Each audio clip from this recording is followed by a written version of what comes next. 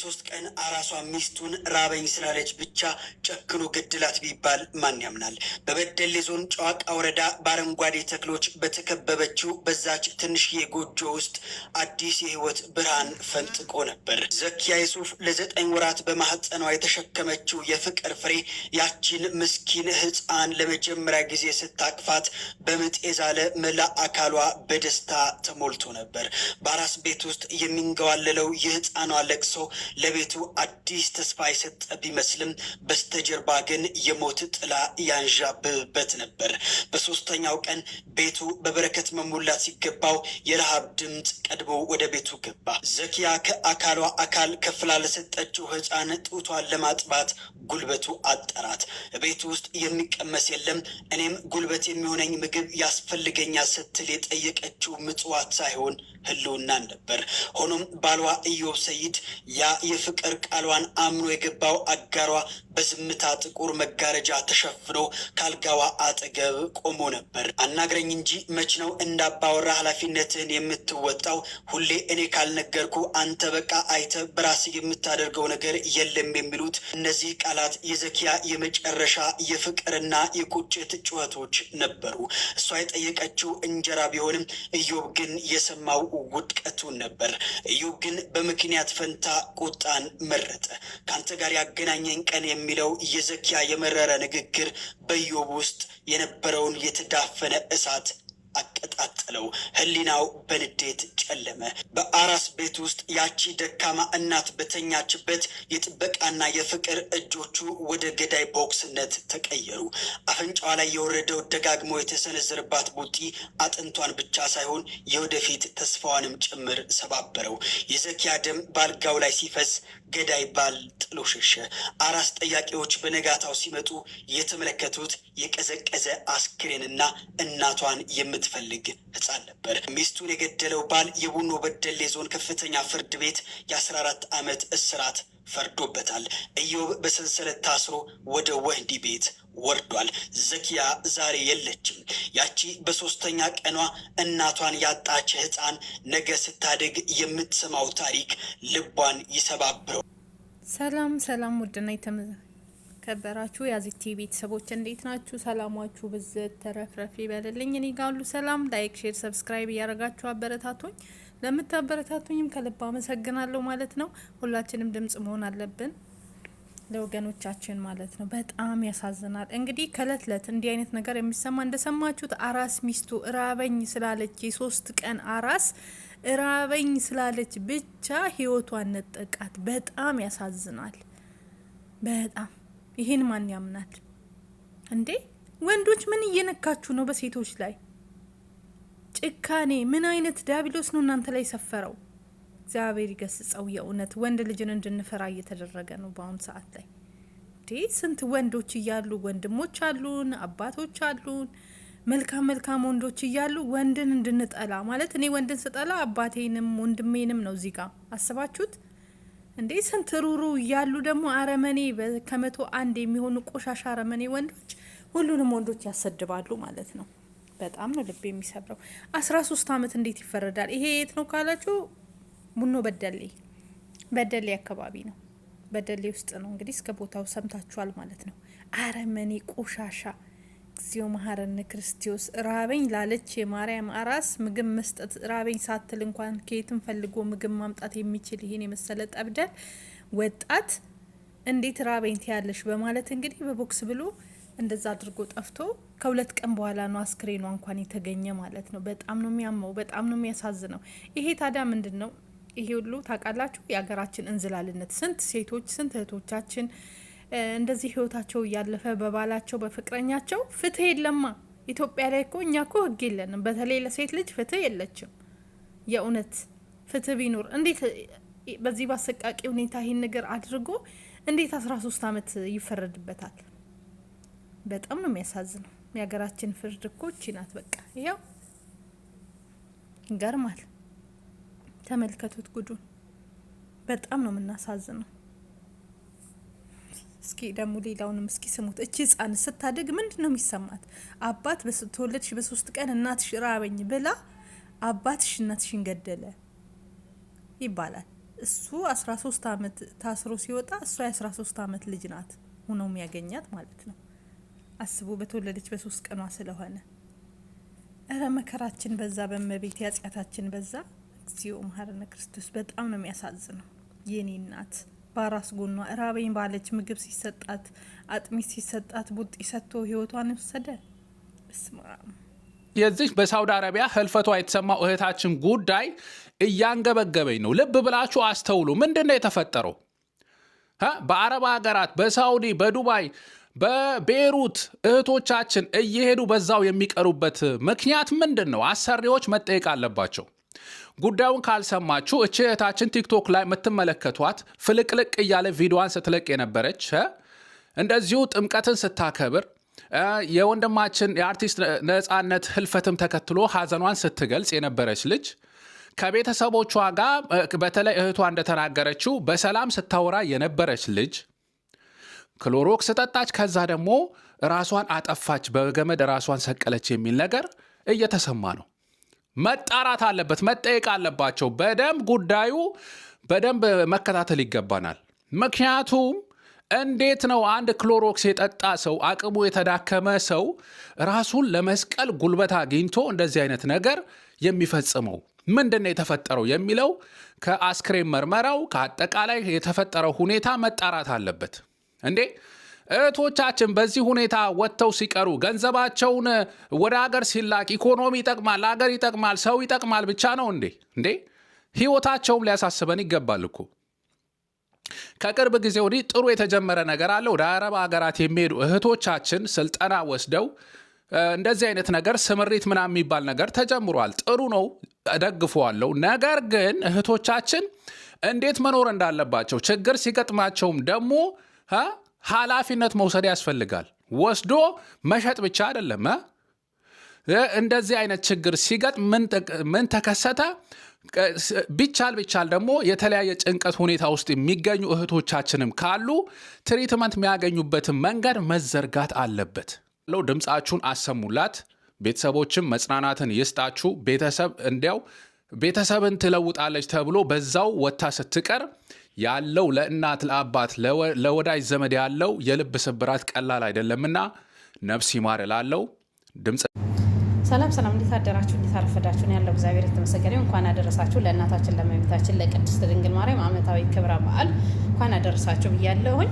ከዚህ በመቀጠል በዚህ በእህታችን እልፈት ምክንያት ዛሬም ተመልሼ መጣሁኝ ማለት ነውና ግን በጣም ውስጤ ላይ ጥያቄም እየፈጠረብኝ ስለነበረ ትናንትናም ደግሞ እህትየዋ ኢንተርቪው ተደርጋ ኢንተርቪዋን እየሰማሁኝ ነበርና በየሚዲያው ላይ ደግሞ እየተሰራጨ ያለው ነገር በወንድ ምክንያት ራሷን እንዳጠፋች ነው እየተነገረ ያለው ማለት ነውና እቺ ልጅ በወንድ ምክንያት ራሷን እንኳን ብታጠፋ በማንኛውም ነገር ብቻ ህይወቷ ግን አልፏል።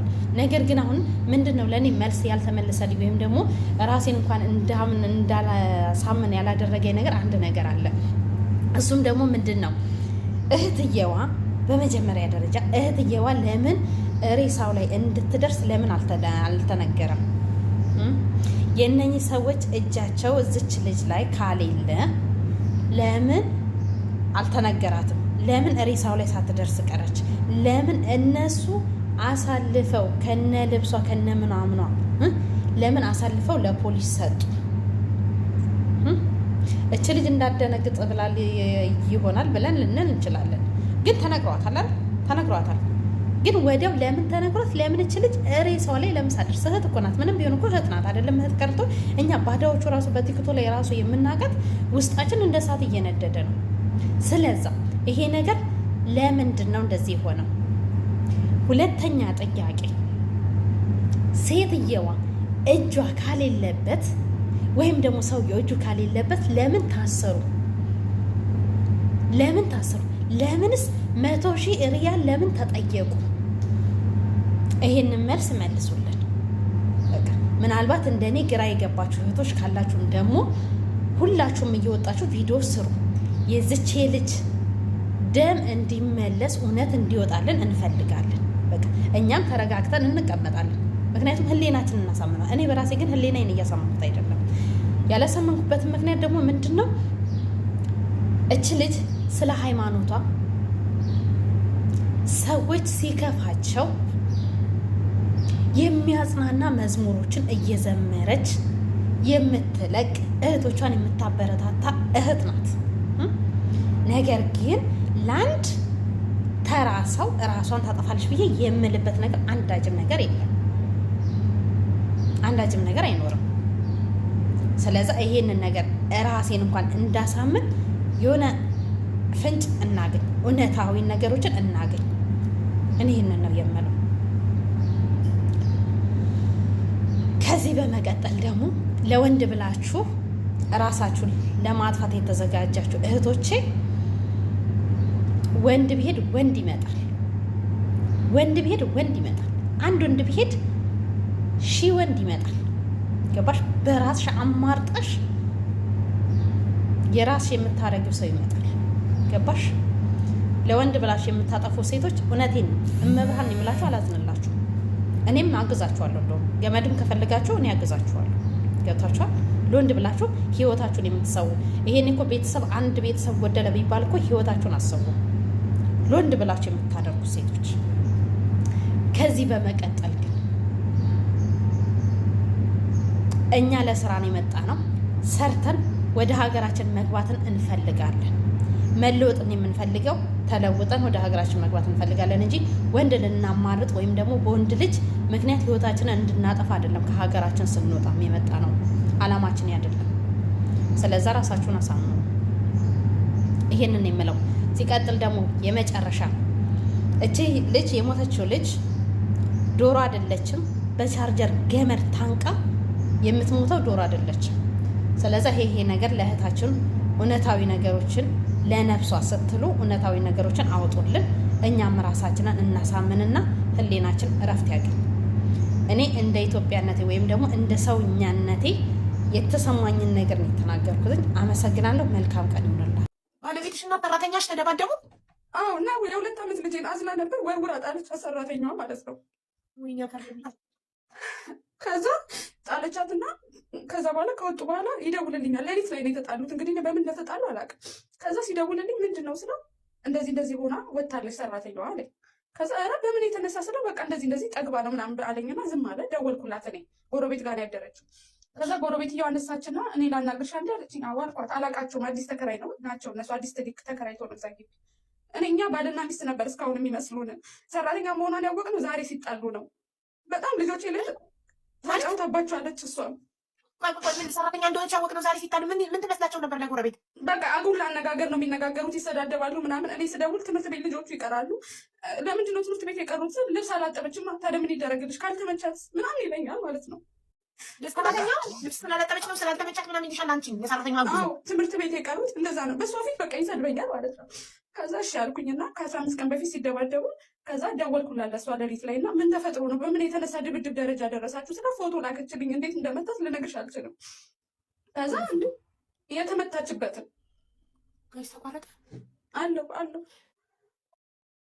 እኔ ግን ስታክ አድርጌ ነበር። እኔ እንጃ እኔ እየሰማሁሽ ነው። እሺ የምን ፎቶ ነው የላከችልሽ ሰራተኛሽ? የመታትን የጎዳትን ፎቶ ላከችልኝ፣ ፊቷን ፎቶ አንስታ ማለት ነው። እሺ ከዛ በምን የተነሳ እንዴት አንቺ ሰራተኛ ነሽ፣ እኔ አሁን እዚህ ያለሁበት ቤት ቢመቱኝ እሰራለሁ ወይ፣ እንዴት ድብድብ ደረጃ ደረሳችሁ ስላት በሚስቱ የተነሳ ነው አለች። እንዴ ማናት ሚስቱ ስላት ጊዜ እንደዚህ የምትባል ምናምን ብላ በቃ ነገረች ሙሉ ታሪኩ ማለት ነው። እኮ ንገሪና ለኛ አልገባኝም። ሚስቱ አንቺ አለሽ እንደ ሚስቱ? እኔ አይደለሁም ሚስቱ። ሌላ በኢሞ ተዋውቆ በፌስቡክ ሌላ ልጅ ከሳውዲ ብሩን ላይ እያላከች አስቀምጠዋለች ከኔ በተጨማሪ ልጆቼን እንደ እናት ታወራቸዋለች። እሷ ስለምታወራቸው እኔ ማውራት አልችልም። እኔን አያገናኘኝም። አንቺ ምን ነሽ? አንቺ ሚስቱ አይደለሽም? የጋብቻ ወረቀት የላችሁ? የጋብቻ ወረቀት የለንም። ኦኬ። ስለዚህ 2 ልጆች የወለዳችሁት ያለ የጋብቻ ወረቀት ጀስት አብሮ በመኖር ነው? አዎ። እሺ ያቺን ሴት አድሬሷን ተቀበልሽ ከሰራተኛሽ? ልነግርሽ ነው። እና እንደዛ ስትለይ ጊዜ እሷንም ማመን አልፈለኩም። ለምን እንደዚህ ልትለኝ ቻለች? እስከዛሬ ሳትነግረኝ እንዴት አገናኝ ልጆቼ እንኳን ስላት እየዘጋችብኝ ብዬ ሌሊት ላይ ደወልኩበት አውቄና እስቲ የኢሞ ኮዴ በኢትዮጵያ ነው የምጠቀመው እና ላክልኝ አልኩና የራሱን ኢሞ ከፈትኩት ማለት ነው። ጠዋት ላይ ከፈትኩት እሱ ልኮልኝ። ከዛ ልክ ከፍቼ እሷ የጻፈችለትን እኔ የምልክለት ቮይስ ምናምን ኤቭሪቲንግ አየሁት። ብር የላከችበትን ግን ችግሬ ምንድነው ጠዋት ትምህርት ቤት ሊወጡ ነበር ማዳሜ ስጠራኝ ማለት ነው። ተመልሼ ስከፍተው አልከፍታለኝ። ምንም ስክሪንሻት አላረጉት። እሱ አወቀ ኦልሬዲ አንቺ ሎጊን ማድረግሽን የእሱን ኢሞ ከሰዓት ነገረችው። እሷ ነገረችው። እነሱ ምንም አይነት ግንዛቤ የለም። ግን እንዲህ ብላ ጠየቀችኝ ሲል እሷ ነገረችው። ገብቶሻል? ከዛ ደወለና አንቺ አራዳ መሆንሽ ነው አለኝ። እንዴት ስለው ኢሞዬን እንትን ያልሽው የጠለፍሽው ስለኝ በእውነት እኔ አልጠለፍኩም አልኩት። ሳውዲ ያለችው አውሽማ ናት። እኔ በዚህ አጋጣሚ የምሰማ ከሆነ እኔ ልጆቼን ትተውልኝ ሀዩኔ ልጆቼን ለፍቼ ማንም ይመሰክርልኛል። እስካሁን ድረስ ለዚህ ያደረስኳቸው እኔ ነኝ። ውሸቱን ነው እሷን ላለማድረግ ነው እንጂ ከሰራተኛው ጋር ሲያደርግ የዲስክ መንሸራተት የለበትም። ሰራተኛዋን አንድ ብቻ ስጭኝ እያለ እየለመነ ሲያደርግ ምሳ ሰዓት ከስራ አቋርጦ ሚስቱ በሌለችበት እየጠበቀ እየመጣ እየለመነ ሲያደርግ ሌሊት ሚስቱን ቅልፍ ሲወስድ ጠብቆ ተነስቶ እየሄደ እየለመነ ሲያደርግ ዲስክ መንሸራተት የለም። ከሚስቱ ጋር ግን ለ3 ዓመት አድርጎ ያውቅም።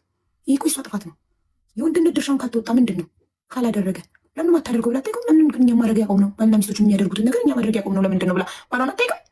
እየፈለገች ውስጡን ምናልባት ዲስክ መንሸራተቱ ምናልባት ወገቡ እያማራት እየፈለገች ወገቡን አሞት ይሆናል ጀርባውን ሰጥቶ የሚተኛው ወይ ዲስክ መንሸራተቱ በቃ ከኔ ስሜት የእሱ ህመም ይበልጣል ብዬ ጀርባውን ሰጥቶ ሲተኛ የእሱ ህመም ይበልጣል። በቃ ምን አሁን እሱ አደጋ ቢደርስበት የመኪና አደጋ ቢደርስበት እስር ቤት ቢገባ የአልጋ ቁራኛ ቢሆን አናደርግም ነበር አይደል? እንዲህ እኮ ነው የምትለው ለጋዜጠኛነት ይተዋል። እናንተ አሁን የመጣችሁ ሰዎች አልሰማችሁንም? ቅድም የነበሩ ግን እየሰሙ ነው። ምናልባት አሁን ባሌ እስር ቤት ቢገባ የዲስክ መንሸራተት የአልጋ ቁራኛ ቢሆን የመኪና አደጋ ቢደርስበት አካሉ ቢጎል አናደርግማ። ስለዚህ እንደዛ ላስበውና በቃ ችዬ ልኖር ብላ ያለ ዋናው ነገር ትዳርን የሚያጣፍጠውን ቅመሙን ሳይሰጣት ዝም ብላ ለሰራተኛ እየሄደ ያስደስታል። እሷ ዝም ብላ እያበላች እያጠጣች ልብሱን እያጠበች እሷ ሰራተኛ ሆነች። ሰራተኛው ሚስት ሆነች ማለት እኮ ነው። እሷ እየተንከባከበች ግን ማታ ማታ በድብቅ እየሄደ ለሰራተኛ ይሰጣል። የሚስቱን ድርሻ ለሚስቱ መሰጠት የነበረበትን ነገር እየሄደ ለሰራተኛ ይሰጣል። ፈጣሪ ግን ተዋረዱ ሲላቸው ሰራተኛ አረገዘች። ባታረግዝ እኮ አይባነንባቸውም ነበር። 1 ከ4 ወር በሙሉ እያደረጉ ጅን ምን የዋህ ናት! ጅን ናት።